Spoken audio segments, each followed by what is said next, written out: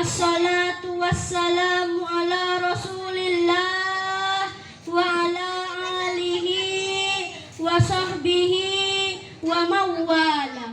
Amma ba'd. Hadirin sebangsa setanah air yang kami hormati, Syekh Mustafa Al-Hulayaini dalam gubahan syairnya mengatakan, di tangan-tangan pemudalah terdapat urusan umat, dan di kaki-kaki pemudalah terdapat maju mundurnya umat. Soekarno pun dalam salah satu pidatonya menegaskan, berikan kepadaku 10 orang pemuda, akan kugoncangkan wajah dunia. Ungkapan tersebut mengilustrasikan kepada kita bahwa pemuda merupakan agent of change, pelanjut sejarah, penerus cerita, penyambung tongkat estafeta perjuangan dan cita-cita orang tua. Sebagai bukti, bukankah sejarah menceritakan di saat negara ini terhimpit dan terjepit di bawah kekejaman dan kebiadaban para penjajah, muncullah para pemuda di bawah bendera Jong Java, Jong Sumatera, Jong Ambon, dan Jong Islam Mountain Bound yang terbukti berhasil mengusir penjajah dari negeri tercinta. Bahkan, bukankah di saat Rasulullah hendak dibunuh oleh kafir Quraisy, tampillah Ali bin Abi Thalib sebagai sosok pemuda gagah berani yang siap mengorbankan jiwa dan raganya asalkan sang Nabi tetap ada. Pantas kalau Fatiyakan dalam bukunya As-Sabab wa Taghyir mengatakan, setiap gerakan dan perubahan besar di dunia pasti ada peran pemuda di dalamnya.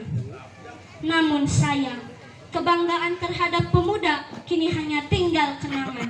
Sebab pertiwi kita saat ini sedang berduka dan prihatin karena ulah sebagian dari remaja dan pemuda yang bukan lagi sekedar bolos sekolah, tawuran antar pelajar, perkelahian antar mahasiswa, kebut-kebutan di tengah jalan, melakukan pencurian dan penjarahan, tetapi sudah terjebak dalam budaya mabuk-mabukan, tenggak topi miring, whisky, brandy, martini, vodka, Manson, KTI, dan bir. Bahkan tidak sedikit yang terjebak dalam budaya pacaran, free love, free sex, 7-Eleven, kumpul kebo, sampai hamil di luar nikah. Na'udzubillahi min dzalik. Itulah potret nyata dari kehidupan remaja dan pemuda saat ini. Oleh karena itu, untuk mengantisipasi hal tersebut, pada kesempatan kali ini kami akan membahas remaja dan pemuda penerus bangsa dengan landasan Quran Surat Al-Kahfi ayat 13.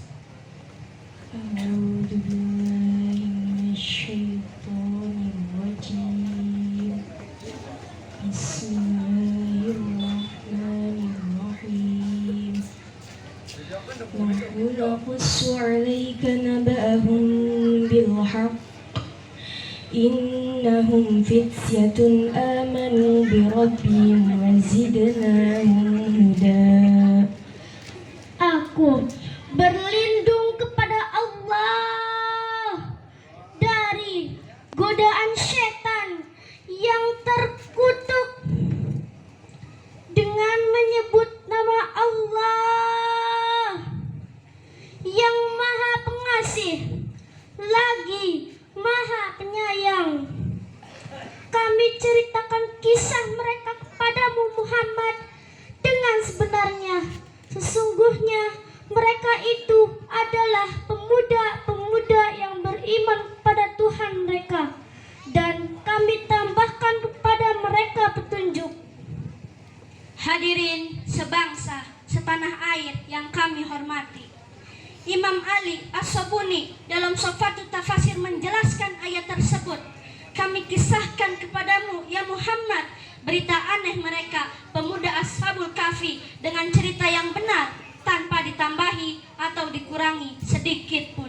Khalid Abdurrahman Al-Aki dalam Sofatul Bayan 5 Anil Quran menceritakan sosok-sosok pemuda Ashabul Kahfi dalam ayat itu.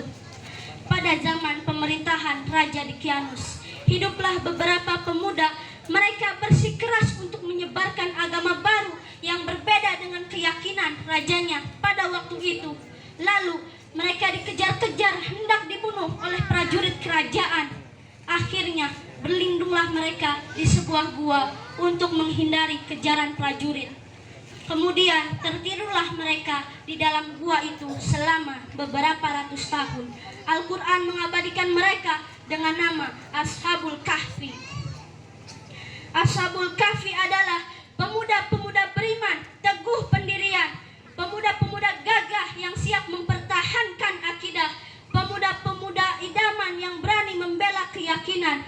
Mereka lebih baik mati berkalang tanah daripada hidup bercermin bangkai. Untuk satu keyakinan, lebih baik pergi meninggalkan kampung halaman daripada harus menyerahkan keyakinan. Pemuda-pemuda seperti inilah yang diharapkan menjadi pelopor pembangunan, inspirator pembaharuan, dan organisator masa depan untuk kejayaan Indonesia di masa yang akan datang. Lalu, bagaimanakah peranan pemuda sebagai penerus bangsa sekarang ini? Alhamdulillah, kita patut berbahagia. Tidak sedikit pemuda kita yang sedang menimba ilmu, menggali sains dan teknologi. Tidak sedikit remaja kita yang meraih prestasi pada tingkat nasional dan internasional dalam bidang fisika, kimia, matematika, termasuk dalam bidang agama. Bahkan tidak sedikit anak-anak muda kita yang telah berhasil menciptakan karya nyata dan berdaya guna untuk kepentingan negara. Namun, kita tidak mungkin menutup mata. Di sisi lain, tidak sedikit remaja dan pemuda kita yang terbius oleh budaya pergaulan bebas, seks bebas, dan kumpul kebo. Sarlito Wirawan, guru besar psikologi Universitas Indonesia, dengan jujur mengatakan hasil penelitiannya tentang kejahatan seksual para remaja, para pelajar, dan mahasiswa di kota-kota besar seperti di Jakarta, Bandung, Surabaya, Yogyakarta, dan Medan. Ternyata dari 1.000 responden hasilnya 67% pernah berpacaran, 62% pernah berpelukan, 54% pernah berciuman, 38% pernah raba-rabaan, 20,56% pernah berhubungan badan, bahkan 9,56% pernah menggugurkan kandungan. Naudzubillahi min zalik. Pertanyaannya, apakah kita rela menyerahkan masa depan bangsa ini kepada sosok-sosok pemuda seperti itu? Tidak. Tidak. Oleh karena itu, mulai saat ini kita samakan langkah, seragamkan gerak, satukan persepsi dan kompakan aksi untuk membangun remaja dan pemuda yang siap menjadi penerus bangsa. Apa yang harus kita lakukan? Sebagai jawabannya, kita renungkan firman Allah dalam Quran surat Luqman ayat 17. Ya bunayya qimis sholata wa'mur bil ma'ruf wanha 'anil munkar wasbir 'ala ma asabak inna dzalika min azmil umur. Hai anakku, dirikanlah sholat dan suruhlah manusia mengerjakan yang baik dan cegahlah mereka dari perbuatan yang mungkar dan bersabarlah terhadap apa yang menimpa kamu. Sesungguhnya yang demikian itu termasuk hal-hal yang diwajibkan oleh Allah. Hadirin sebangsa, setanah air yang kami hormati, Profesor Dr. Quraisy Shihab dalam tafsir Al-Misbah menjelaskan, ayat tersebut merupakan inti dari ajaran keimanan yang ditanamkan Luqman Al-Hakim kepada anaknya sebagai penerus bangsa. Imam Ibnu Malik dalam kitab Alfiyah mengatakan, mudhaf bisa menggantikan peran mudhaf ilaih. Maksudnya, para remaja dan pemuda dituntut harus bisa menggantikan peran orang tua. Lalu, bagaimanakah kontekstualisasi ayat tersebut dalam membangun generasi muda sebagai penerus bangsa? Ayat tersebut mendeskripsikan kepada kita bahwa untuk membangun generasi muda sebagai penerus bangsa, ada 3 langkah minimal yang harus dilakukan. Pertama, menanamkan pendidikan agama kepada remaja dan pemuda sejak dini, sebab agama adalah rem cakram dalam kehidupan, filter dalam menentukan pilihan, sehingga remaja dan pemuda kita mampu untuk memilih dan memilah mana yang hak dan mana yang batil, Oleh karena itu, kami mengajak kepada para pemuda, mari isi masa mudamu dengan menimba ilmu pengetahuan. Mari isi hari-harimu dengan mengasah skill dan kemampuan. Jangan jadi pemuda pengangguran yang kerjanya hanya nongkrong dan nangkring, mejeng nyari mojang. Jangan duduk termenung berpangku tangan sementara kalian menyaksikan kekayaan alam kita dikeruk oleh Eropa, laut kita dikuras oleh Amerika, kebudayaan kita dicuri oleh Malaysia. Jangan jadi gembel dan gelandangan di sawah ladang sendiri. Kita harus bangkit dan bangkit untuk membangun negara. Kedua, untuk menciptakan generasi muda sebagai penerus bangsa, para orang tua dituntut harus bisa mendidik dan mengarahkan putra-putri tercinta. Pepatah Arab mengatakan, sekolah keluarga merupakan sekolah utama dan pertama. Apabila dipersiapkan dengan baik, maka akan lahirlah generasi-generasi muda yang tangguh dan berakhlak mulia. Ketiga, pemerintah selaku pemilik kebijakan harus berani menunjukkan komitmennya untuk memberdayakan potensi-potensi pemuda, membuat sarana-sarana untuk kegiatan pemuda, dan tak kalah pentingnya untuk melindungi pemuda dan remaja dari serbuan media komunikasi dan informasi yang dapat merusak watak dan karakter seorang pemuda.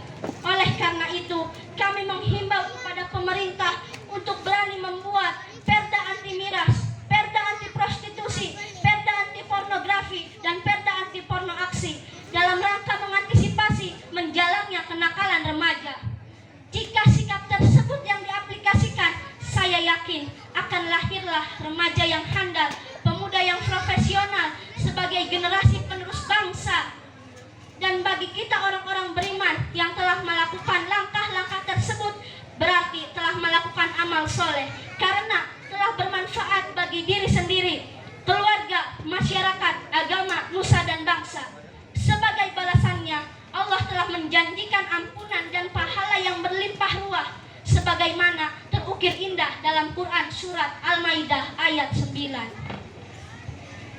وعد الله الذين آمنوا وعملوا الصالحات لهم مغفرة وأجر عظيم صدق الله العظيم. Allah telah menjanjikan kepada orang-orang yang beriman dan beramal soleh bahwa untuk mereka ampunan dan pahala yang besar. Maha benar Allah dengan segala firman-Nya.